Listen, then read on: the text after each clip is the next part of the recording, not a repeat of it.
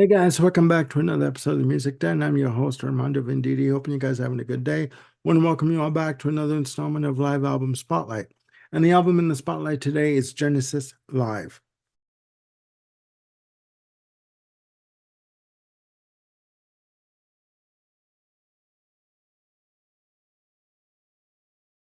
Released July 20th, 1973. This is Genesis' first official live release, featuring what a lot of people would say is the classic lineup of Gabriel, Collins, Rutherford, Hackett, and Banks. The history of this album is very interesting on two parts. The first part is the material that was recorded for the album, and second part is the way the record company and management handled the release of said album. Now, at this point in the band's career, they were on tour supporting Foxtrot from 1972, and management wanted a stopgap live album to keep the fans appeased while the band were working on their next studio release. The band reluctantly agreed, so they went out and they started to record these performances. There were six tracks recorded, okay, from these performances. The original intent was to release it as a radio broadcast for the North American market for the King Biscuit Flower Hour, which was a rock program that featured acts of the time. And the idea was this would bring more attention to Genesis for the North American market, right? Now, again, out of the six tracks that were recorded, five ended up on the original album, and four of those tracks were recorded on February 25th at De Montfort Hall in Leicester, and one track was recorded on February 24th, the day before, at Free Trade Hall in Manchester. Now, the original album was produced by John Burns and Genesis. John Burns would go on to produce Lamb Lies Down on Broadway. The original playing time was 46 minutes and 45 seconds, so it was a single disc release. The 2009 reissue was featured on a box set called Genesis Live 1973 to 2007. That reissue version of the disc clocks in an hour and 7 minutes and 33 seconds and features five bonus tracks from 1975, all from the Lamb Lies Down on Broadway album. The original release was issued through Charisma Records, both in the US and in the UK. Atlantic Records would not reissue Genesis Live, sorry, until 1982. Now, the original release reached number 9 in the UK charts and 105 in the US charts in 1974. Now, there's the crux of it. Peter Gabriel was reluctant to release this album in the US. Number one, he thought that the music was old. It was from an old set list. All of the tracks are from 1970 to 1972. And he also thought that the quality of the recording was poor because the recordings were done really quickly. Okay. And to be fair, there is, I think, at least once where he moves away from the mic backwards and you could barely hear him, but not terribly so, but I can understand where he's coming from. Okay. So he signed the contracts to have this released with the provision that it would not be released in the US. Well, lo and behold, big surprise, they released it in the US. The original intent was to release it as a budget priced title, meaning that, and this came from the manager, Tony Smith, meaning that they could release it in stores like Woolworths and W.H. Smith, and for those of us in Canada, Kresge's. Okay. Now, when I was listening to this album, I, I've known of this album for years. I've seen it in the record stores.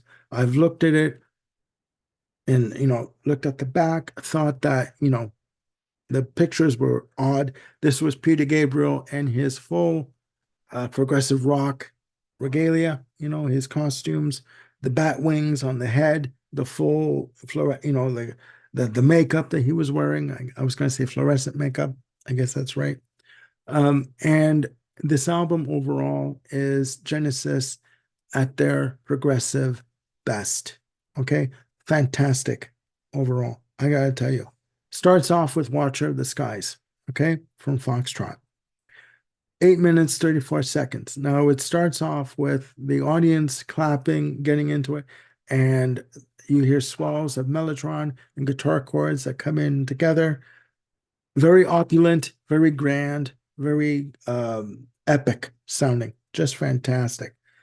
Has a dramatic build, and the band come in, and you see, I can just imagine you see Gabriel standing there in front of his bass drum kit, and just with the makeup and the wings and the cape and the whole bit, just amazing.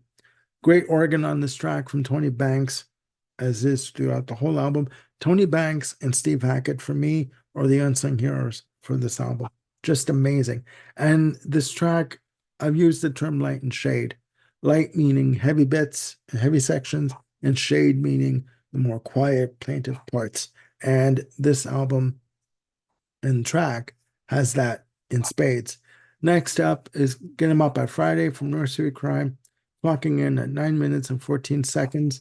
Heavy drums on the intro, nice separation of instruments. I mean, when you hear it, you hear, the organ and the guitar on the left channel, and then you hear, the bass, etc., on the right channel. And you can also, Gabriel is right in the center, for the stereo effect. Just amazing, fantastic. Also, I have in my notes here, nice dramatic build, fantastic organ swells on this track. And Get 'Em Up by Friday, in terms of the rhythm of the drums, almost has like a swing feel on the drums, right? Which is great, you know. The original release was going to have Supper's Ready coming in after Get 'Em Up by Friday. Again, Supper's Ready, this version clocks in at a mammoth 26 minutes and change. I don't know why they didn't include it in the packaging.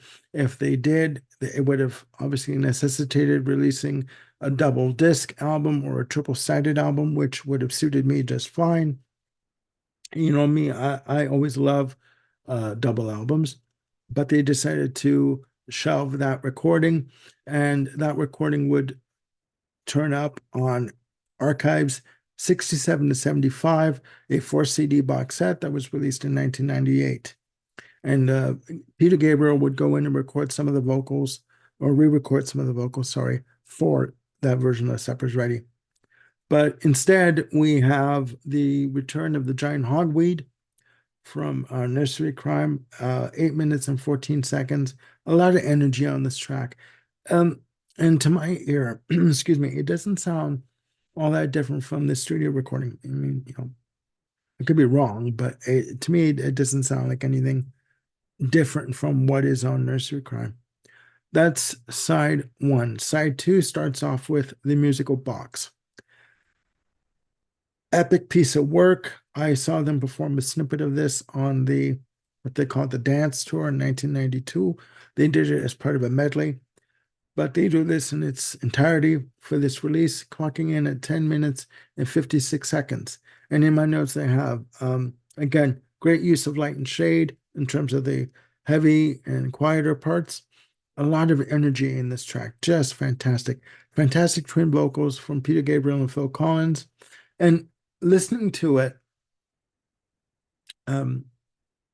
I, at times, their voices blended so well together on the twin vocals, okay, that I could tell.